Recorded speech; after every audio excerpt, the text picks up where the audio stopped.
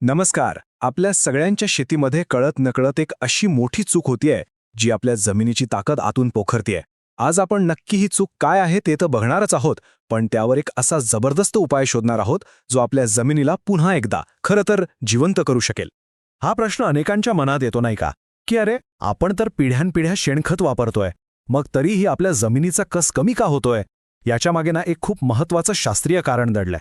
चला आज तेच कारण आपण सोप्या भाषेत समजून घेऊया. ठीक आहे, तर आजच्या या विश्लेषणामध्ये आपण 5 महत्त्वाच्या टप्प्यांमधून जाणार आहोत. सगळ्यात आधी शेतीचं हरवलेलं रहस्य काय आहे ते बघू.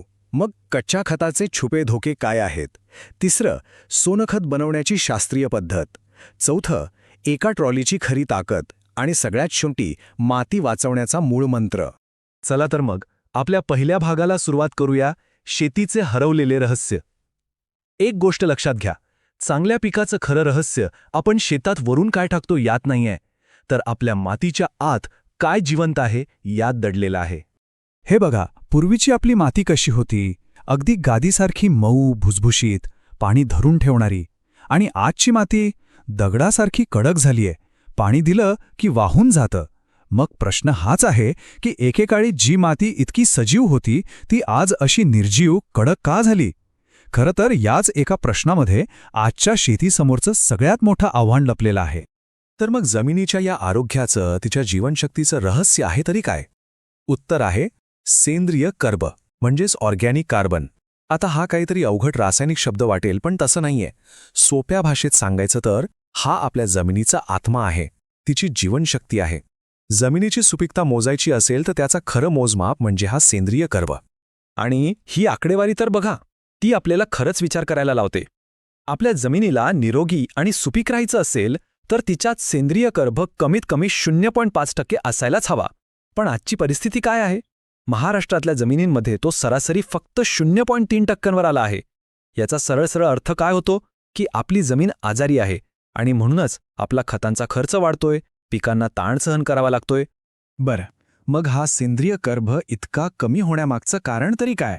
कदाचित ऐकून आश्चर्य वाटेल, पण याचं एक खूप मोठं कारण आहे आपलीच एक सामान्य चूक, आणि ती म्हणजे अर्धवट कुजलेलं किंवा कच्चं शेणखत थेट जमिनीत वापरणं. हे वाक्य नीट लक्षात घ्या, कच्चं खत वापरणं हे खत न वापरण्यापेक्षा जास्त हानिकारक आहे. म्हणजे बघा, आपण नकळतपणे फायदा करायला जातो आणि जमिनीचं नुकसान करून बसतो. पण असं होतं तरी का?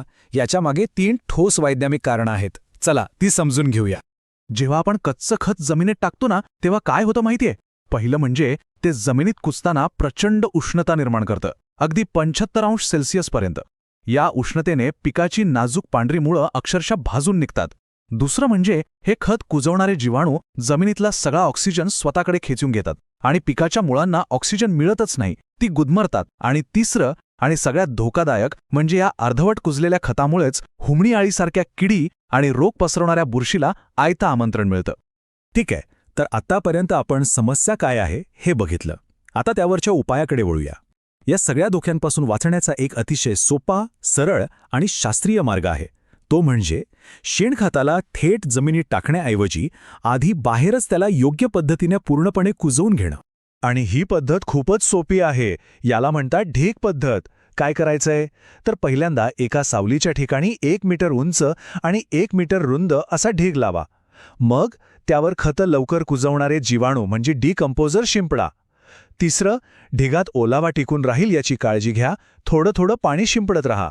आणि चौथं, 1 महिन्यानंतर तो ढीग फावड्याने एकदा पलटी मारा, म्हणजे हवा खेळती राहील. बस एवढंच करायचंय. साधारण 50 ते 60 दिवसांमध्ये आपलं सोनखत तयार होतं. पण आपलं खत पूर्णपणे तयार झालंय हे ओळखायचं कसं? याची खूण अगदी सोपी आहे. कच्च्या खताला एक उग्र वास असतो, त्यात गुठळ्या असतात.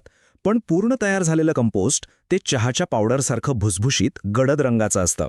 आणि त्याचा वास, त्याला कोणताही उग्र वास येत नाही. उलट पहिला पाऊस पडल्यावर जो मातीचा एक सुंदर सुगंध येतो ना, तसा सुगंध येतो. चला आता या पद्धतीच्या सगळ्यात मोठ्या फायद्याबद्दल बोलूया, म्हणजे एका ट्रॉलीची ताकद. हे ऐकून खरंच आश्चर्य वाटेल. हा आकडा बघा, 20 पट. होय, तुम्ही बरोबर ऐकलं. योग्य शास्त्रीय पद्धतीने तयार केलेलं कंपोस्ट खत हे कच्च्या शेणखतापेक्षा तब्बल 20 पटींनी जास्त प्रभावी ठरतं. याचा अर्थ खूप सरळ आणि सोपा आहे. एक ट्रॉली पूर्णपणे कुजलेलं सोनखत जमिनीत जे काम करताना तेच काम करण्यासाठी तुम्हाला तब्बल 20 ट्रॉल्या कच्चं शेणखत टाकावं लागेल. विचार करा किती वेळ, पैसा आणि मेहनत वाचते. हीच आहे शास्त्रीय पद्धतीची खरी ताकद.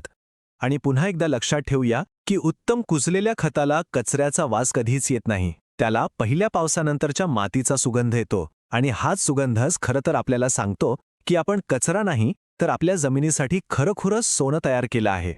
आणि या सोनखताचे फायदे बघा. हे जमिनीतील अब्जावधी सूक्ष्मजीवांसाठी अन्नाचं काम करतं. यामुळे माती मऊ, भुसभुशीत होते, मुळांची वाढ चांगली होते, जमिनीची पाणी धरून ठेवण्याची क्षमता तर प्रचंड वाढते आणि सगळ्यात महत्त्वाचं, यामुळे रासायनिक खतांवर होणारा आपला खर्च नक्कीच कमी होतो आणि गांडुळांसारखे शेतकऱ्यांचे मित्र पुन्हा जमिनीत वाढायला लागतात. चला, आता आपण शेवटच्या आणि तितक्याच महत्त्वाच्या टप्प्याकडे आलो आहोत. हे सोनखत तर आपण तयार केलं, पण ते जमिनीत वापरायचं कसं, कधी वापरायचं हे समजून घेणं खूप गरजेचं आहे. या काही गोष्टी कटाक्षाने पाळल्या पाहिजेत. खत नेहमी पहिल्या पावसानंतर जेव्हा जमिनीत गारवा आणि ओलावा असतो तेव्हाच टाकावं. एप्रिल-मेच्या कडक उन्हात पसरवू नये. दुसरी गोष्ट, खत शेतात पसरल्यानंतर त्याला तसंच उघडं सोडू नका. लगेच मातीत मिसळून टाका. नाहीतर त्यातील करोडो फायदेशीर जीवाणू उन्हामुळे मरून जातील आणि आपली सगळी मेहनत वाया जाईल. आणि हो, ते पिकांच्या 2 ओळींमध्ये पसरा. थेट झाडाच्या बुंद्याशी ढीग लावू नका. तर या सगळ्या चर्चेचा सार काय आहे? तो हाच की निरोगी माती हा काही खर्च नाही, तर आपल्या संपूर्ण शेतीच्या भविष्याचा तो पाया आहे. जमिनीच्या आरोग्यावर केलेली गुंतवणूक हीच शेतकऱ्यांसाठी सर्वात मोठी आणि हुशारीची गुंतवणूक आहे. शेवटी आपण सगळ्यांनीच हा एक प्रश्न स्वतःला विचारायला हवा. जर आपली मातीच, आपली जमीनच सुपीक राहिली नाही, तर मग आपली शेती टिकेल कशी आणि ती समृद्ध कशी होईल? चला, आपल्या जमिनीला पुन्हा जिवंत करण्याची सुरुवात आजपासूनच करूया.